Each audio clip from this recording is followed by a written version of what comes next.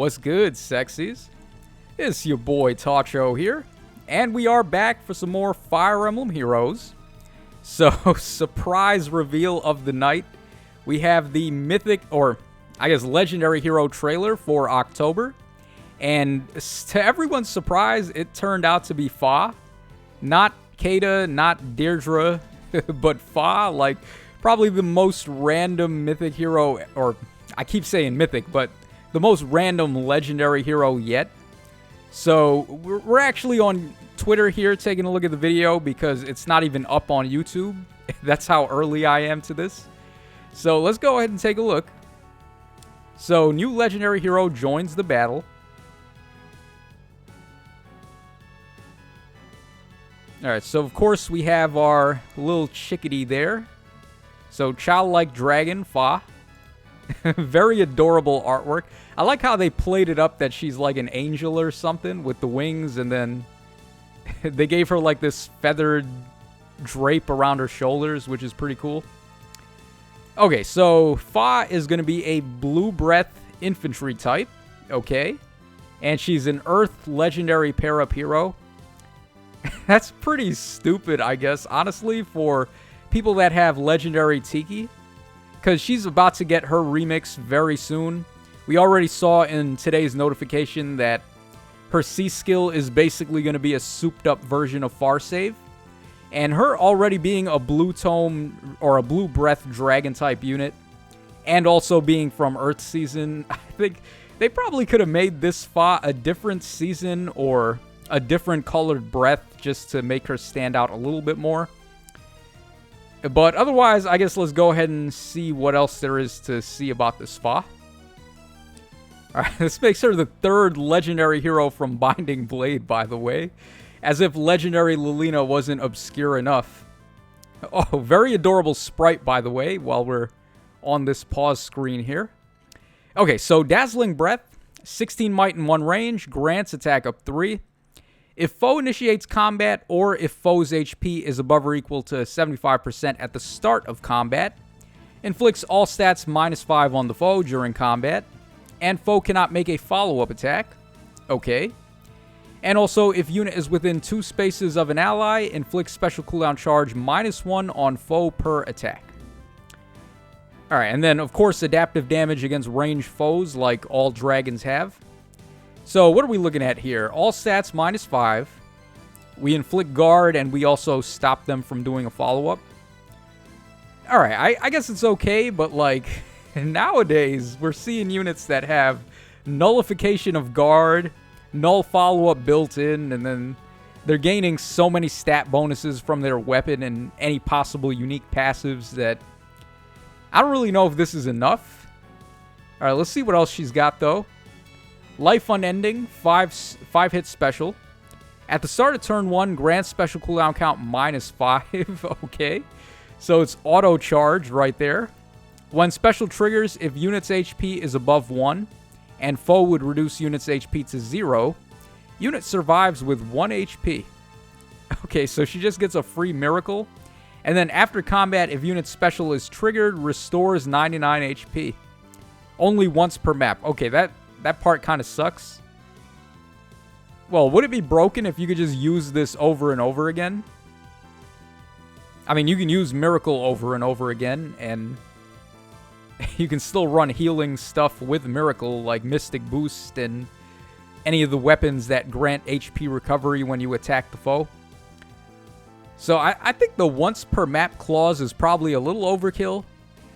Especially considering she only gets the -5 special trigger at the start of turn 1. If it was at the start of any turn, then I would see the reason for this. But since that's not the case, I don't really get why it's only once per map. Alright, she has Distant Stance, which is another one of these distant counter skills with the built-in stat bonus. This one's giving res up 5. And unlike the speed up 5 version we saw on the Brave Marth, this one does not have any chip damage, which is good, obviously. When you're gaining defenses, you want to be not taking any chip damage to help your baiting. Alright, we have Dragon's Ire and then Defense and Res Menace. Honestly, I'm not really blown away by this Fa. I think she looks okay. I'm sure she's going to have insane stats right now. Just judging by the current BST stats that we're looking at on these units.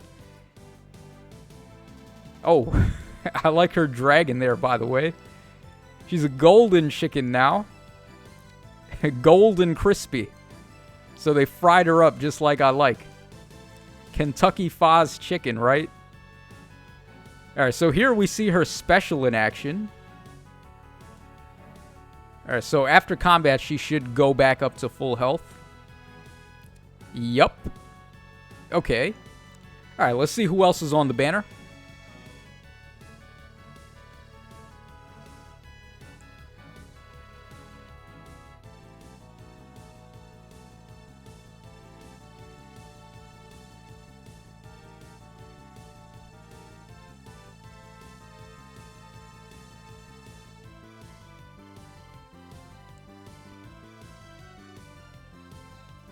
Alright, so this is going to be the banner. So on blue, we have the brand new Fa. We've got Uller and we've got Niffle. Not too bad of a blue pool, honestly. Niffle is very good. Definitely a good supporter and also a pretty good player phaser because she can inflict flash on the enemies after she attacks. But I think most people who wanted her already sparked for her on her original banner. And she's not really a unit I would say you need to go for at plus 10 or anything like that. Uller is actually a lot better than when she came out. I would definitely say she's not the worst offensive mythic hero, because she gives you access to slot 6, and with defense now, you can actually do something with her player phase potential.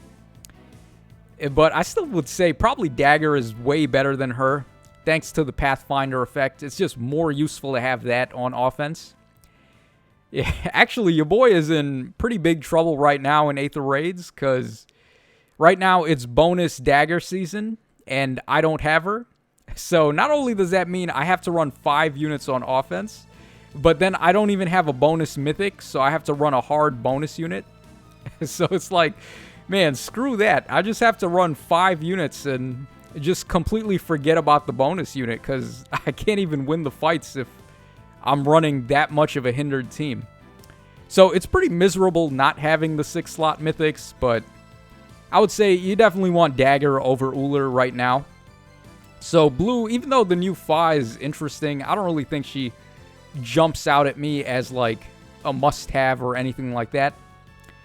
Alright, so next up on red, we have Mirabilis, we have Legendary Roy, and we have Nyx over here. Nyx is actually pretty broken with the Miracle build, so if you wanted to just be a jerk and run some IP setup with Nyx, she's actually pretty strong. Roy, though, is not really that great anymore, especially not until he gets a remix, and Mirabilis is pretty good, actually. I mean, defense dancer, you can't really go wrong with that.